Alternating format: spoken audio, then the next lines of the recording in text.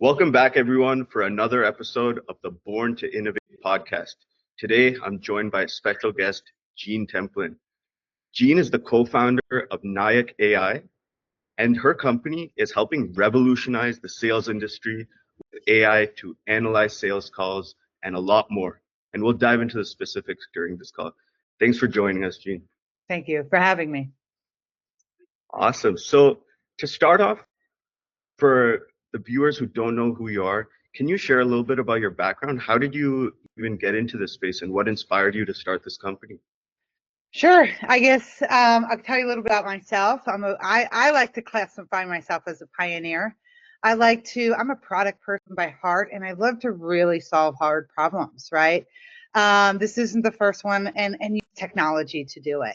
So I have solved, we did the first consumer VPN ever to secure and protect people. It got 100 million downloads, and I was instrumental in helping grow the revenue side of it. And then, I worked on a facial recognition and eye tracking software solution to help marketing people really understand is their message. So the beginnings of this neuroscience kind of stuff, understanding how our brains work and how we can, digitalize it. And then I guess how I got into AI really was I was working for Twilio and I worked in their contact center, and they had an initiative there to really look at AI and how does it kind of play across the field. And because I'm always looking to solve the hard problems, right? I helped author the first AI in contact centers. How would you solve the use cases? And then in Twilio, and then also did launch their first ever agent assist and virtual agent product into the call center with Google. So we had partnered with Google at that time. So since then, my curiosity has been piqued, right? It's kind of like, how is this evolving? And then, OpenAI came out with ChatGPT and the world exploded, right? It was kind of evolving behind the scenes, and then boom. I also worked at Avast, and which is now part of Norton, and we were using AI back then we had 430 million endpoints, and we were trying to determine using AI the next bug, virus that was going to start to spread around. So with that many endpoints and that much data, we had a big data scientist team, and they were using AI in those pieces. Different than today, not this generative AI, but just a different form. And I think what people don't understand is AI's been around for a while, right? So it's not brand spanking new, but I think it's shinier and it's prettier now. Yeah, I thought it was interesting how you mentioned you were working on like voice agents over at Twilio like years before ChatGPT even existed. And nowadays I see these like voice agents all over the news. So you really were like one of the first in that field.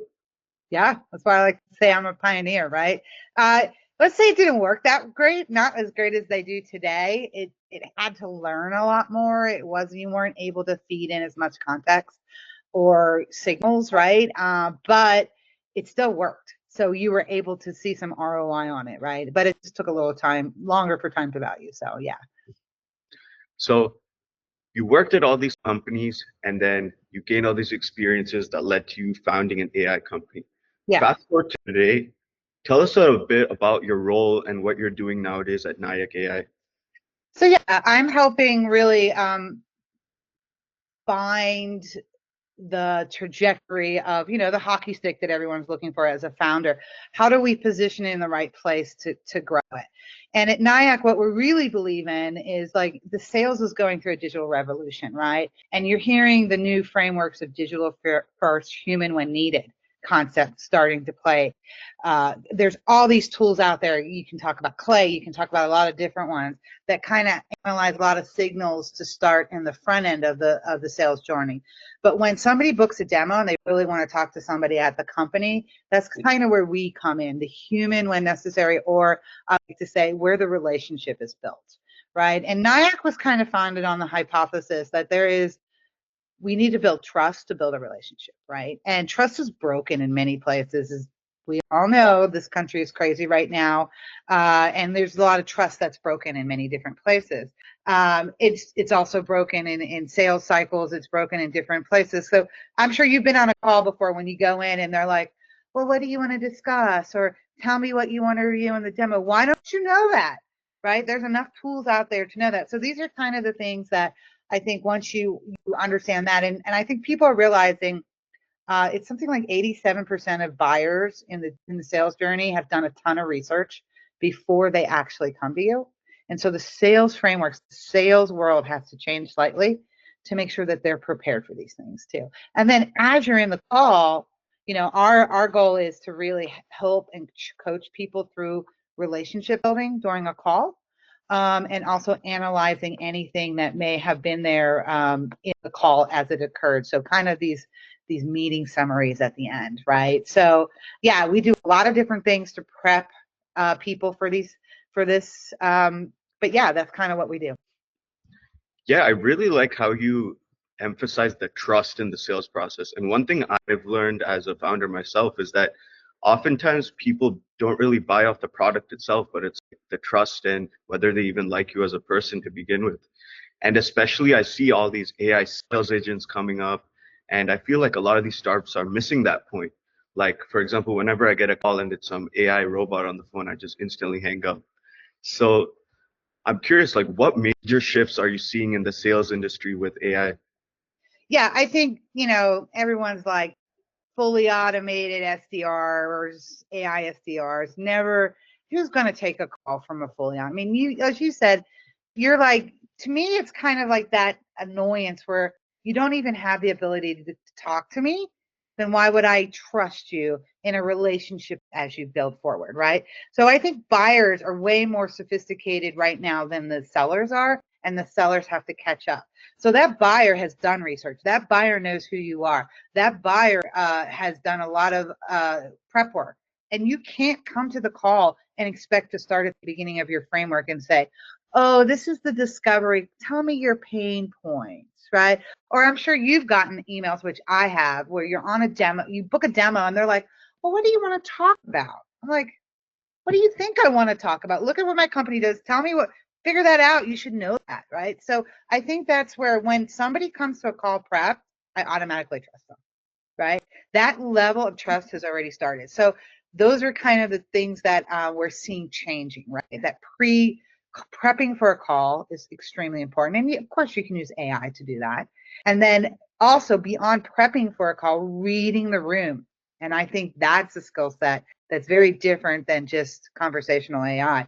How do you read the room, right? Because there's things like your facial expressions, there's things like your body language, there's the tone of your voice, there's the way the interaction's going between two people to say, hey, do I trust or like that person? There's so many factors in that, and this is what AI is really good in solving. There's generational. Picture a baby boomer talking to a Gen Z on a call. Probably is very interesting, and it is interesting to watch, right? But what if you could adjust both sides slightly, right? Or what if you could adjust more? Not to mention different personality types, right? A captain versus an observer or something. So like you got to kind of understand this cultural differences, right? So all those things are kind of taken into consideration when we're looking at how do we help people build relationships. And I think tools, whether you use Nayak or not, that is really where relationships come from. And when you analyze the people who are really good at sales, they are really good at these things, right? And how can I help everybody else become as good as them? Yeah, and that's what I think when you see all this media news about like AI is going to take people's jobs. I don't think, at least in the near term future, there's no way that human element can be replicated.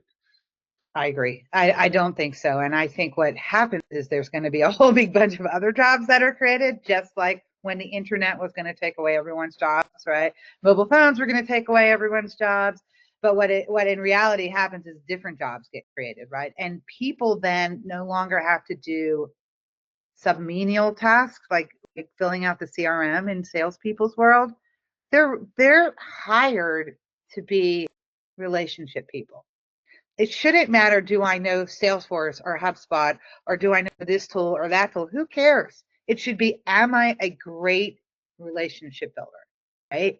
And if I'm not, how can I be coached to become that relationship builder? But I think we've required all of these tools because of the forecasting and the red ops teams and whatnot.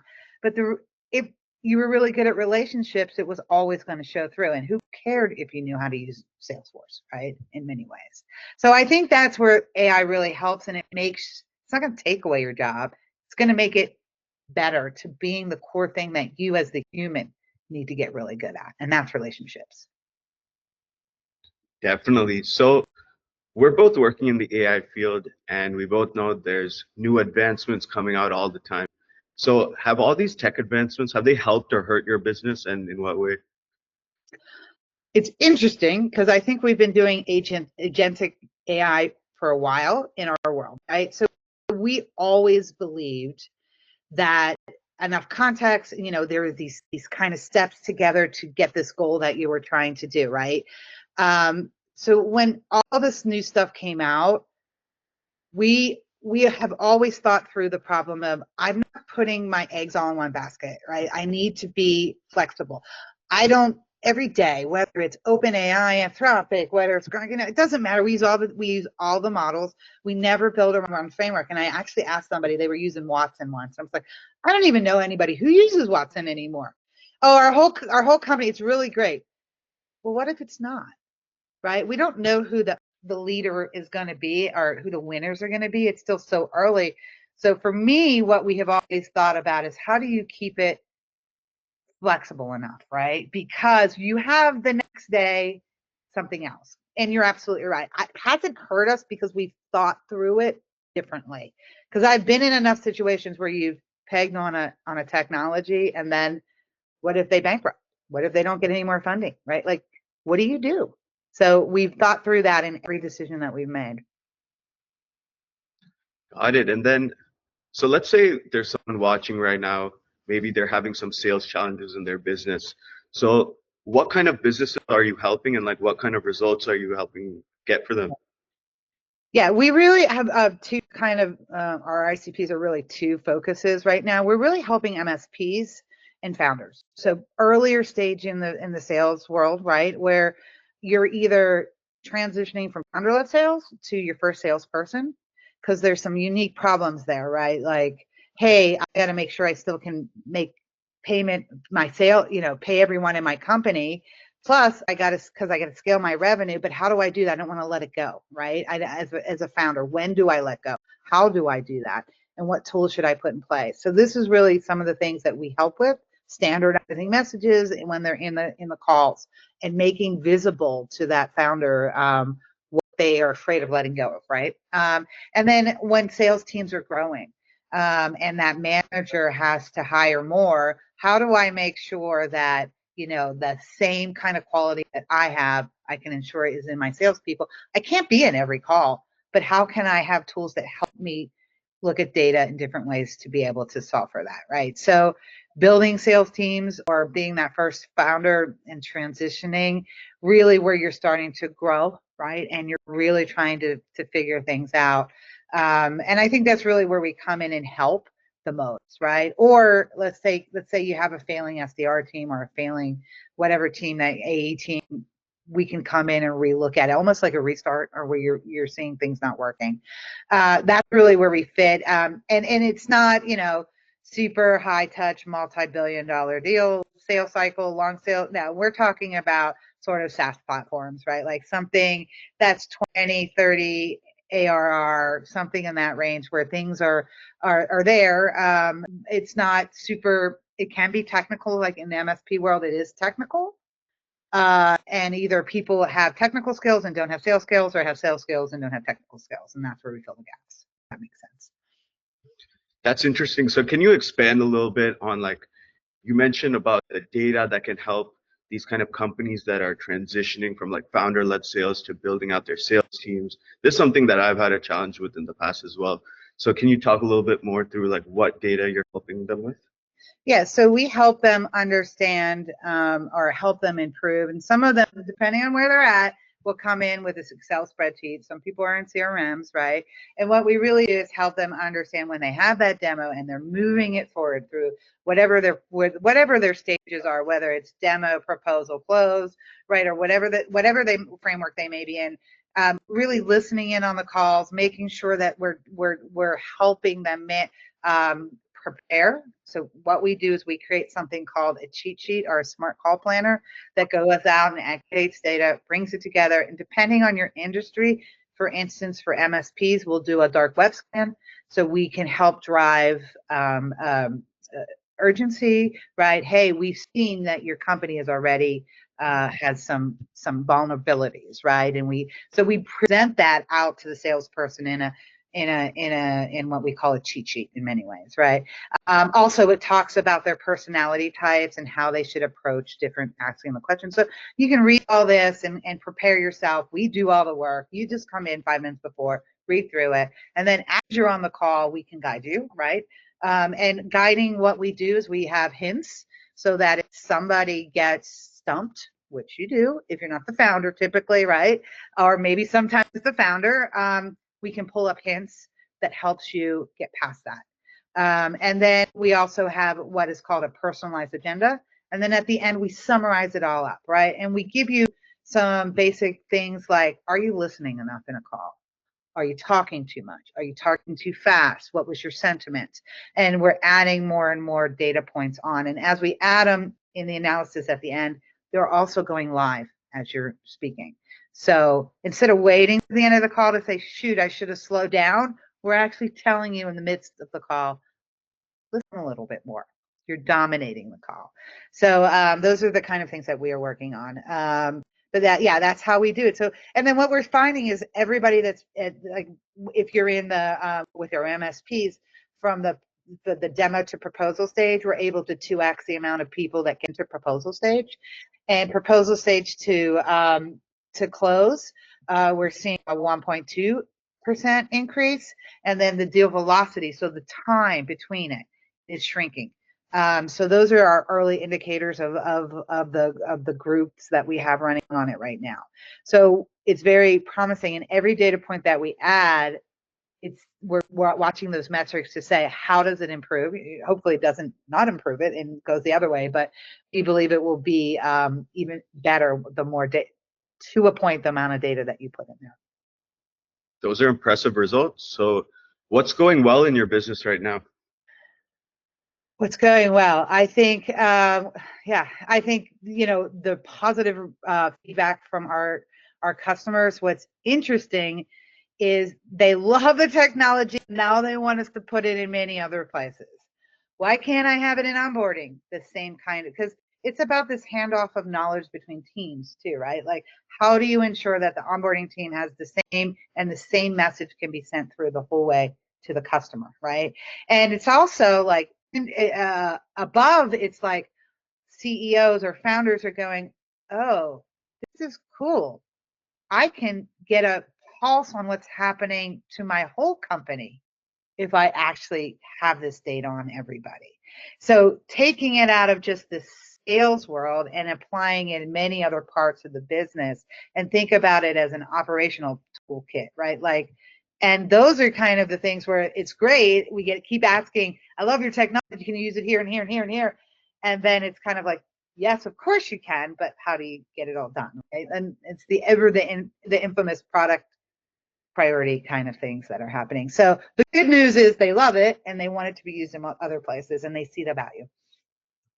And on the other side of things, what kind of challenges are you facing with the business as you try to scale?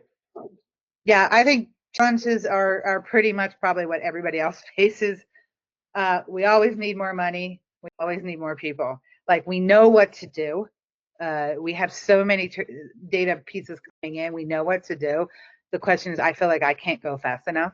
And even if I had all the money in the world, I don't even think I could still go fast enough, right? Because you can only scale so fast. And I think what we're trying to do very different than I think other people is we're trying to scale smart.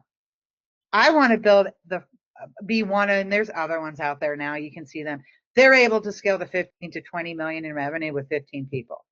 That's my goal, right? If I'm truly an AI first company, if I'm building AI, why the hell am I not using AI in my business, right? And we use it on pretty much every part of our world. We use the ability to see what everybody else is saying in the company. Even though we're not very big, it's still interesting to see the pulse of the company, right?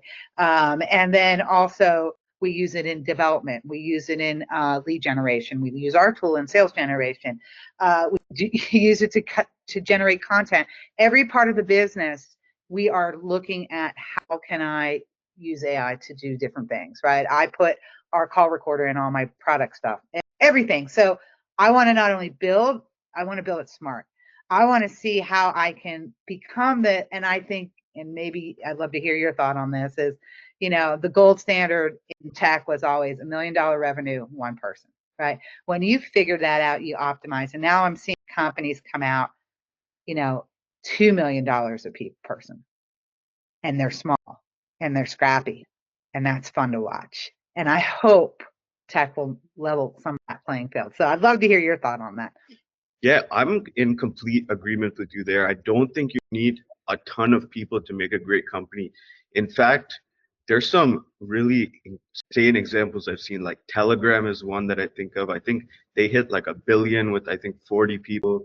And another one is Midjourney. I think they hit like 200 million with 20 people. So they're like great examples that you don't need a lot of people. You need the right people, and they're hard to get, right?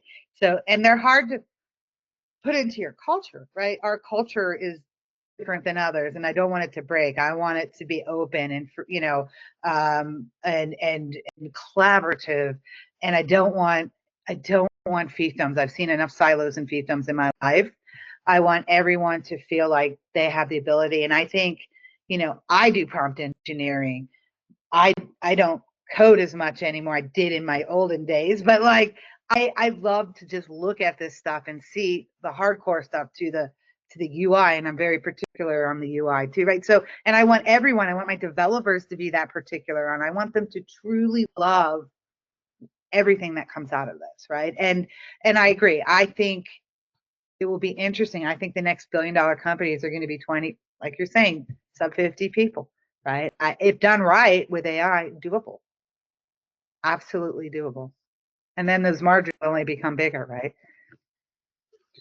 Yeah, and I want to touch on that point about the right people, because I think that's really important. And for example, like one of the companies I mentioned, Telegram, I got curious. I looked at their website. They don't even interview anyone. Anyone who wants to join has to go through like a set of tests instead. So how have you been able to find the right partnerships and employees for your business? To me, I have a pretty big network of people. Like if I could just suffer through those, brilliant people I have worked with in my career, and some other newer ones that are coming up, right, are people who tell me that these people are great. That's how I like to work, right? Because to me, I have to also trust them and see if they believe in that. I'm not as big a proponent of tests as I am that you must use my products.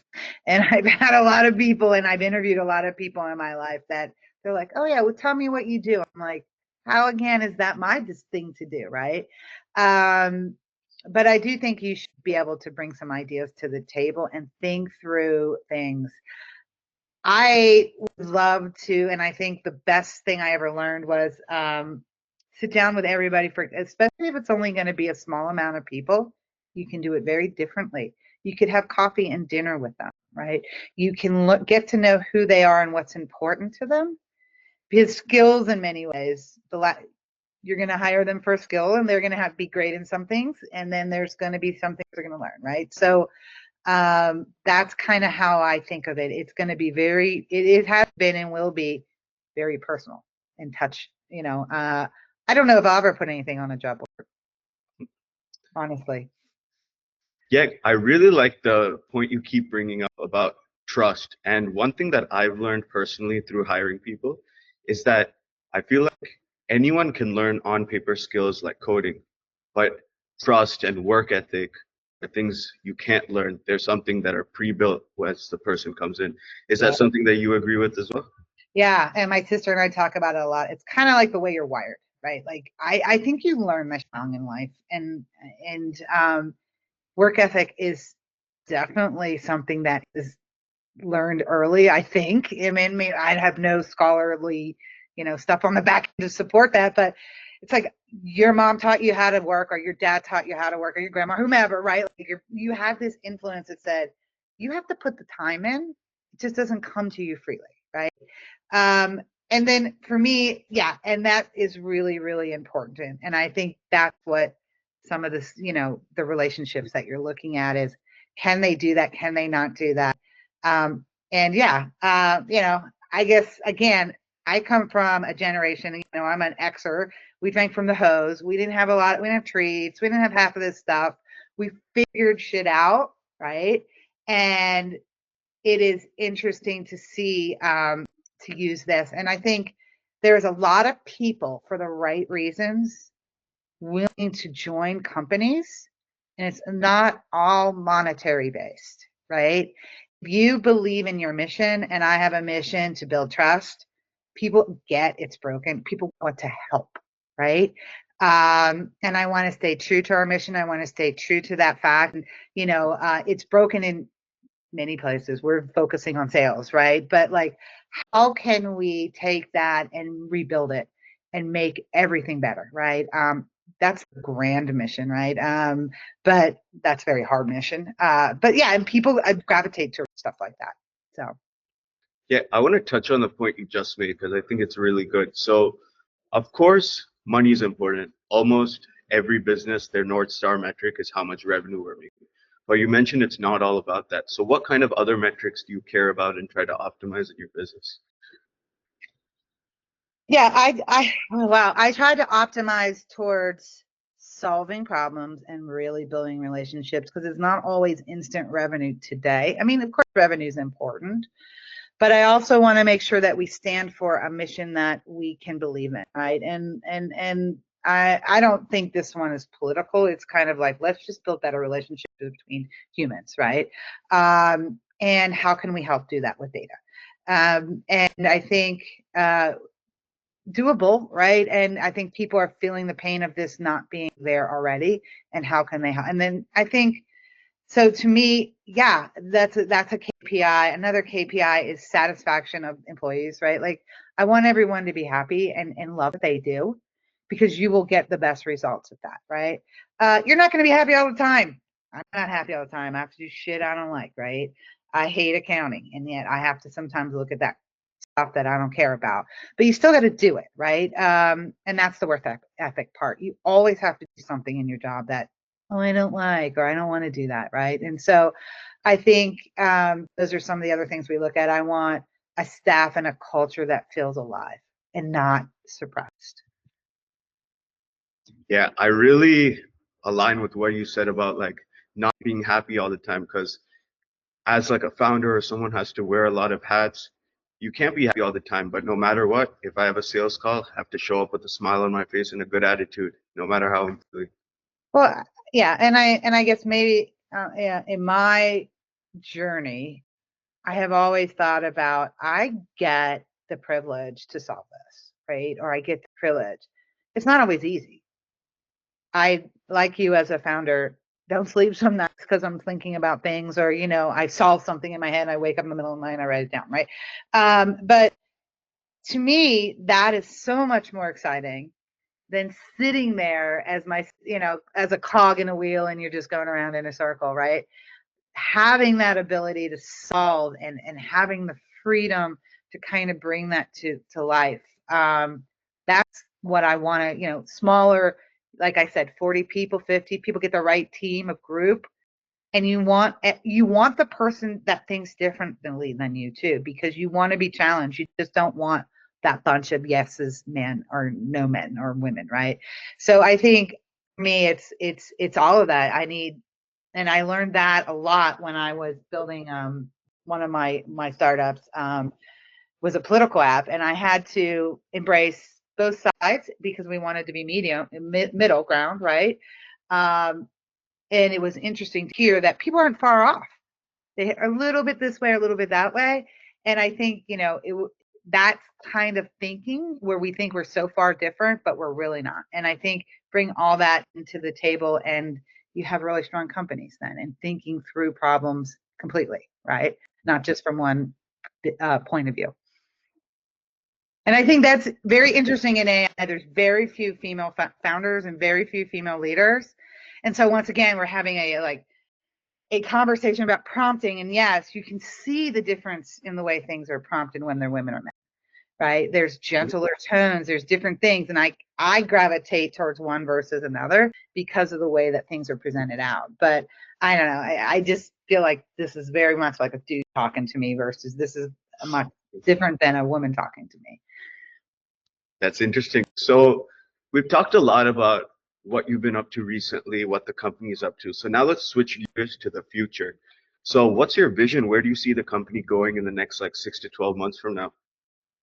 My vision, I always say I would love to see Nayak become this part of every sales journey where, let's say you're asking Siri in the morning or Alexa or whomever, hey, what's my day like today? Right. And it's like, oh yeah, here it is. I'm going to tell you about all the meetings you're going to have. Oh yeah, this is what you said in the last meeting. This is what I'm telling you what's going to happen. You're in the call. It's maybe, I don't know, talking to you on your phone, whispering in your ear, your finger, your ring's going off, your watch is going. I don't know what it's going to be. Some wearable out there, kind of guiding you through conversations. Maybe it's the chip in the head that Elon Musk is working on. Who knows, right? Whatever. And then, as you go through it and you're optimizing all this, and you don't have all this tedious work. That's the super future. You asked me 18 months. I'm hoping we're halfway there on the journey. We're pretty far. We've been at it for about a year and a half. So we came out of Techstars, right? And we've been really focused on getting this right before we try to make it to the next level and scale, right? I don't want to be one of those companies that come out and go through your seed and your A and your B and you have no revenue because you really didn't find market fit. You just kind of got sorted here, right? And as I said, I want to use AI to scale my company in a different way. And I see a lot of them out there struggling with sales now. So yeah, it's interesting. I'm kind of slow rolling it on purpose a little bit as we make it look a little better. So yeah. So the vision is not just to be like a sales tool, but to be integrated part of a person's like daily work life almost. Correct. And in the future, I mean, if you really think about it, it could be integrated not just for work, but everywhere. Think about, I always laugh at this one. What if you were on your dating and you're on Hinge or something like that, and you could say, do I trust this person? Do I not? Right? Like, would that be another indicator in building relationships in a different part of the world, or having government use it? How can I trust these other government agencies? I don't know, because on the other side of it is going to be more agents, right? So agents, and where's the human in there, and how do you? It's fascinating to me where it's going to wind up, but I do think that will be part of this overall daily flow of business stuff. Could it be expanded out into personal? Absolutely. And back to the present, if you could solve like one major challenge today to get you closer to that vision, what would it be? Major challenge. I would say I'm still looking to add one more person to our team, a close one. More in the way to think about sales in the future. I'm almost thinking they're almost like a AI engineer sitting on the sales side, but can sell. It's like, I don't know what they're going to be called, but they're going to be these people who can aggregate data to the next level, but yet get on a sales call and use tools like ours and extend them, right? As that happens. Got it. Well, I think we're just about like 30 minutes. Thank you so much for taking the time out. I definitely learned a lot from this conversation, and I hope that everyone watching did too. So for anyone watching who might want to work with your company or connect with you, what's the best way for them to get in touch? Yeah, they can go to our site. It's nayak.ai, and Nayak is spelled NAYAK.ai. And you can also email me directly at Jean, JEAN, @nayak.ai. Thanks a bunch, Jean. And that wraps up another episode of Born to Innovate. Thank you. All right.